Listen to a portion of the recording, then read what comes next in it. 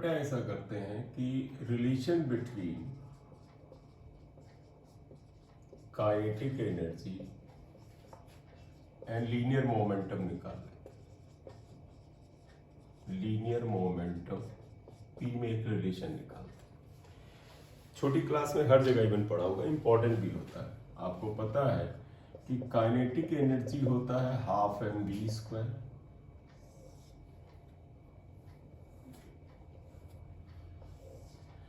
अगर आप इसमें लीनियर मोमेंटम की एंट्री कराना चाहते तो इसका बेस्ट तरीका होगा हाफ एम से ऊपर मल्टीप्लाई करें तो एम स्क्वायर बी स्क्वायर, और जब ऊपर एम से मल्टीप्लाई करें तो नीचे भी करें। एम इंटू बी पी होता है, पी स्क्वायर बाई 2m होता है। तो kinetic energy is equal to P square by 2m होता है। ये रिलेशन ध्यान रखिए काम का है, right. What is the relation between kinetic energy and linear momentum, यह है, ठीक। अगर आप पी स्क्वायर इक्वल टू लिखे तो 2km आ गया, k काइनेटिक एनर्जी है, तो ये भी एक रिश्ता हो गया। p ये इक्वेशन 2 हो गया। तो p स्क्वायर और k में ये रिलेशन है, लेकिन p और इसमें क्या हुआ, k में √2km हो गया। आप इसे भी लेकर के चल सकते हैं। तो अब हम यहाँ पे कुछ ग्राफ्स बना सकते हैं कि k और p में क्या ग्राफ है। तो कुछ ग्राफ्स अगर हम यहाँ निकालें, ग्राफ्स आइएगा, और इंपॉर्टेंट ग्राफ्स। पहला K वर्सेस P ग्राफ, मतलब बेटा पहला ग्राफ हमें बताना है कि काइनेटिक एनर्जी और P में क्या रिलेशन है, क्या रिश्ता है। आप देखो, आप ऐसे लिखो since K equal to P square by 2m, condition लगा रहे हैं, m को कांस्टेंट ले रहे हैं। If m is taken as constant, अगर m कांस्टेंट है तो इसका मतलब K is proportional to P square हुआ। और तुम्हें याद है बेटा, एक क्वांटिटी k को अगर हम y एक्सिस पे लें, p को अगर हम x एक्सिस पे लें, तो graph will be a parabola. क्योंकि किसी एक क्वांटिटी, समझिएगा बेटा, एक वेरिएबल जो x एक्सिस पे ले और दूसरा जो y एक्सिस पे ले, उसमें एक की पावर 1 दूसरे की पावर 2 हो, तो this is the equation of parabola. तो ये पैराबोला आएगा, तो ग्राफ विल बी पैराबोला। आप देखिएगा, ऐसे लीजिए, ये k ले लीजिएगा, इधर p ले लीजिएगा। ध्यान रखिएगा, तुम्हें एक तरीका समझाया था कि जब पैराबोला का ग्राफ हो तो ध्यान रखो पावर वाइज इसमें कौन गरीब है, k। तो तुमको समझाया था कि पैराबोला में जो गरीब होता है वो कटोरे में रहता है, यानी ऐसे ग्राफ आएगा। आप मानो पूरा बना ले, इधर भी बना सकते हैं, लेकिन अगर इतना भी बनाया जाए तो भी सही है, पूरा बनाया जाए तो भी सही। तो ये इसका रिलेशन है, इसको इक्वेशन x1 लिख ले, पहला ग्राफ आया, ठीक। तो ये p वर्सेस k ग्राफ था। अब अगर हम अगला एक ग्राफ लें, वो हम चाहते हैं कि, अगला ध्यान देना बेटा, हम k और p में ग्राफ नहीं लेते हैं। देखो, k और p स्क्वायर में ग्राफ अगर लें तो अगला सेकंड आ जाएगा k versus p square graph. ये तो फिर वही देखो, since k is equal to P square by 2m, इसका मतलब है k is proportional to p square. तो इसका तो k को अगर हम y एक्सिस पे ले लें और p स्क्वायर को x एक्सिस पे ले लें, ध्यान रखना p नहीं p स्क्वायर। तो देखो बेटा, k और p स्क्वायर में प्रोपोर्शन का रिश्ता है, यानी graph will be straight line. अगर तुम्हें ना ऐसे अच्छा लगे, ना समझ में आए, तो ऐसे लिखना, let p square equal to x, क्योंकि देखो p स्क्वायर को हमने x एक्सिस पे लिया है। तो बताओ, अगर p स्क्वायर को x लें तो इसका मतलब k is proportional to x आया। तो बताओ k और x में कैसा रिश्ता है, k और x में डायरेक्टली प्रोपोर्शन का रिश्ता है, यानी straight line parallel passing through origin. और x है क्या, p स्क्वायर। तो आप ऐसे लिख दो कि k और x में graph is straight line passing through origin, ये आ गया। तो ये इतना आ गया। एक बार वो इक्वेशन साइड में लिख ले तो थोड़ा सा फायदा रहेगा। देखो, एक इक्वेशन आई थी k equal to P square by 2m, एक आया था p square equal to 2km, और एक आया था p इक्वल टू √2km। अब एक ग्राफ हम लिख सकते हैं p और √k में। तो नेक्स्ट ग्राफ हम ले सकते हैं p वर्सेस √k ग्राफ। आप देखिएगा, p इक्वल टू √2km है, ये हटा दो। तो इसका मतलब देखो, p is proportional to √k है। नो डाउट m को कांस्टेंट ले रहे हैं। जब m कांस्टेंट है तो बताइएगा, लीनियर मोमेंटम पी और रूट के में क्या ग्राफ है, स्ट्रेट लाइन। तो इसका तो ग्राफ अगर यहां बनाओ तो that would be equal to, ये अंडर रूट के ले लो, इधर की ओर पी ले लो, यार it will be straight line passing through origin. ये आ गया, तो ये नेक्स्ट ग्राफ आ गया। क्लियर? या तो लीनियर मोमेंटम इनमें ये ग्राफ आ जाते हैं, यहां पर ही आया। अब इसमें एक चीज और हम यहाँ कर सकते हैं, थोड़ा सा हम परसेंटेज पे बात करें कि अगर कोई तुमको वेरिएशन में ग्राफ की बात करे कि परसेंटेज रिलेशन क्या है यहाँ पर है, तो एक नोट में लिखिएगा, बड़ा इंपॉर्टेंट है नोट। पहले बात ये करेंगे, देखो फर्स्ट थिंग हम ये बात करना चाहते हैं, पहला क्या था हमने किया था k equal to P square by 2m, एक ये हमने इक्वेशन बनाई, इसके हिसाब से बात करेंगे। दूसरी हमने इक्वेशन बनाई पी स्क्वायर या p equal to under root 2km, हम इसके हिसाब से बात करेंगे इन दो का। एक्चुअली क्वेश्चन में कई बार ये दिया जाता है कि लीनियर मोमेंटम में अगर कुछ चेंज करें तो काइनेटिक एनर्जी में क्या चेंज होगा। जैसे कहें कि लीनियर मोमेंटम अगर 5% बढ़ जाए तो ये कितना परसेंट बढ़ेगा। तो इसके अंदर का पहला पार्ट लेंगे, if change in P is 5% और लेस, अगर लेस हो तो ये ध्यान रखना यहां पर, देन फ्रॉम इक्वेशन 1 से देखना, अगर P में चेंज 5% या उससे कम हो, 5% या उससे ज्यादा हो तो सिंपल मैथ्स लगेगी, लेकिन कम हो देन इक्वेशन 1 से देखना क्या, परसेंटेज चेंज इन K, मतलब K में होने वाला परसेंटेज चेंज। देखो n तो कांस्टेंट है, वो क्या होगा, जब बेटा ये 5% से कम होगा तो तुम्हें एक चीज तुम्हें बताया होगा शुरुआत में, तब इस केस में जब ये छोटा होता है तो यहाँ बाइनोमियल लगता है, और बाइनोमियल लग करके ये पावर आगे आ जाता है। इसे चाहो याद कर लो, हालांकि बाइनोमियल में सिखाया जाता है।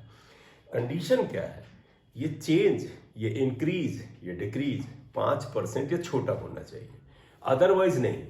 तो इफ इट इज 5% और less than percentage change in के इक्वल टू, ये पावर आगे ले आओगे, कहोगे 2 into percentage change in P. तो बेटा ध्यान रखना, जब भी किसी क्वेश्चन में परसेंटेज चेंज इंक्रीज या डिक्रीज 5% से कम कहा जाए, बाइनोमियल के नियम से पावर को आगे ले आओ, करेक्ट। अब अगर आप ध्यान रखिए आएगा, इसी का बी पार्ट है, if percentage change in P is more than 5%, ये बेटा बिल्कुल फिक्स नहीं है, कई बार ये हम 3% 4% पे भी करने लग जाते हैं, तो खैर वो अलर्टनेस आपको प्रैक्टिस में आ जाएगा। देन अप्लाई सिंपल मैथ्स, वो हम तुम्हें बताएंगे कैसे, हालांकि एरर में सिखाया जाता है, तब आप सिंपल मैथ्स लगाएं, तब ये बाइनोमियल वाला तरीका नहीं लगेगा। जो मैथमेटिकल हम लोग प्रोपोर्शनल चेंज, प्रोपोर्शनैलिटी के लॉ लगाते थे वो लगाएंगे, ठीक। ये बात हमने इक्वेशन 1 के अकॉर्डिंग की। अब हम इक्वेशन 2 के अकॉर्डिंग कर, तो अब आप इसको लिख लें, इसके बाद देखिएगा, देखो फ्रॉम इक्वेशन 2, इससे अगर आप देखो तो क्या आता है, देखो P equal to under root 2km है, m को अगर हम कांस्टेंट ले लें, इफ m इज कांस्टेंट, जो कि आमतौर पर होता है, खास तौर पे नहीं, कुछ कर सकते हो में नहीं होता, लेकिन ये तो P is proportional to under root k आएगा, इसका मतलब P is proportional to k की पावर हाफ आएगा।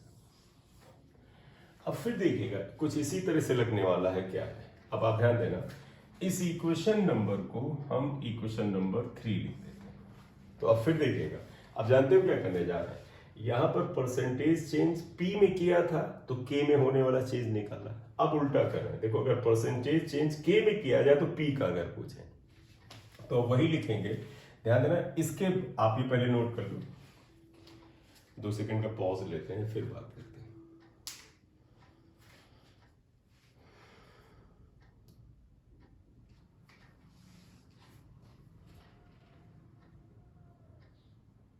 ठीक, तो आप देखिएगा अब हम यहाँ क्या करने जा रहे हैं। आप देखिएगा ये जो लास्ट में इक्वेशन आया है इसके अकॉर्डिंग हम बात करने जा रहे हैं। देखो अगर percentage change in kinetic energy, फिर वही रूल है बेटा, 5% या कम हो तो बाइनोमियल लगाएंगे।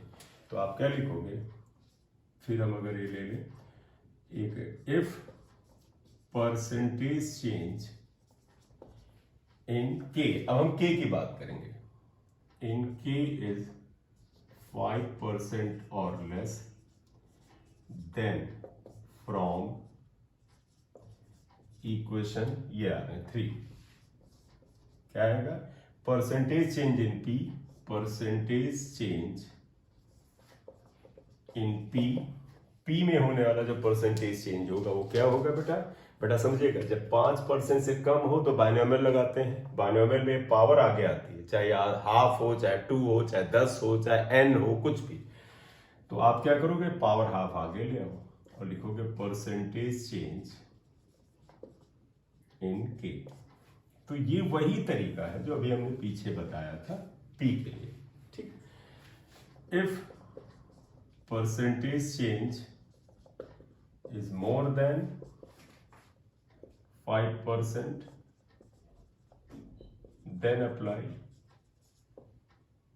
then apply mass। आप सिंपल मैथ्स लगाइए, तब आपको इससे लफड़े में नहीं फंसना। क्लियर? तो ऐसे सवाल से किसी चैप्टर में नहीं, हर जगह पर मिलते हैं। जैसे इन्होंने क्वेश्चन दिया है, if momentum of a body, एक क्वेश्चन ले रहे हैं, if linear momentum of a body is increased by 0.01%, then find out percentage, then find out percentage increase in kinetic energy. तो सबसे पहले तुम्हें क्या करना चाहिए, सोल्यूशन पे आइए। सबसे पहले ध्यान देख लो, ये जो परसेंटेज इंक्रीज है ये 5% से तो बहुत छोटा है, यानी बाइनोमियल लगेगा। अब तुम्हें निकालना है के और पी दिया है, तो तुम्हें फार्मूला वो निकालना चाहिए जिसमें के लेफ्ट में दिया हो। तो तुम्हें पता है कि kinetic energy equal to P square by 2m होता है। लीनियर मोमेंटम में यानी इसमें चेंज दिया है, इसका मतलब मास एम कांस्टेंट की तरह ट्रीट करो, प्रोपोर्शनल टू दिस स्क्वायर। अब आप ध्यान रखिएगा, इतना लिखने की कोई जरूरत नहीं, आप ऑलरेडी जानते हैं क्या, अगर ये परसेंटेज चेंज 5% से कम है तो बाइनोमियल लगा दो, ये 2 को आगे ले आओ। तो आप क्या लिखोगे, देयरफॉर आप क्या आएगा, परसेंटेज इंक्रीज या चेंज, क्योंकि यहां तो इंक्रीज ही होगा क्योंकि पी बढ़ेगा तो ये भी बढ़ेगा, इनके इक्वल टू क्या करोगे बेटा, 2 आगे ले आओगे, 2 into percentage increase in P. और क्वेश्चन में परसेंटेज इंक्रीज इन पी को उन्होंने दे रखा है, तो अगर 2 इंटू परसेंटेज इंक्रीज इन 0.01 तो इक्वल टू 0.02%, ये आंसर होगा। तो जब भी परसेंटेज चेंज 5% से कम है बाइनोमियल लगा दीजिए और सीधे आगे बढ़िए। अगले क्वेश्चन में फिर ऐसे लीनियर मोमेंटम पे देते हैं। देखो अब ये क्वेश्चन क्या कहता है, इफ परसेंटेज, या ऐसे लिखते हैं, इफ मोमेंटम या linear momentum of a body is increased by 100%। अब देखो ये 100% बोल दिया, वो बाइनोमियल वाला जैसे पावर आगे लेते ये 5% या कम के लिए था, 100% आ गया, 5% से बहुत ज्यादा है। अब बेटा ये बाइनोमियल वाला तरीका नहीं लगेगा, मैथ्स वाला लगेगा। तो कहते हैं find out percentage increase in kinetic energy.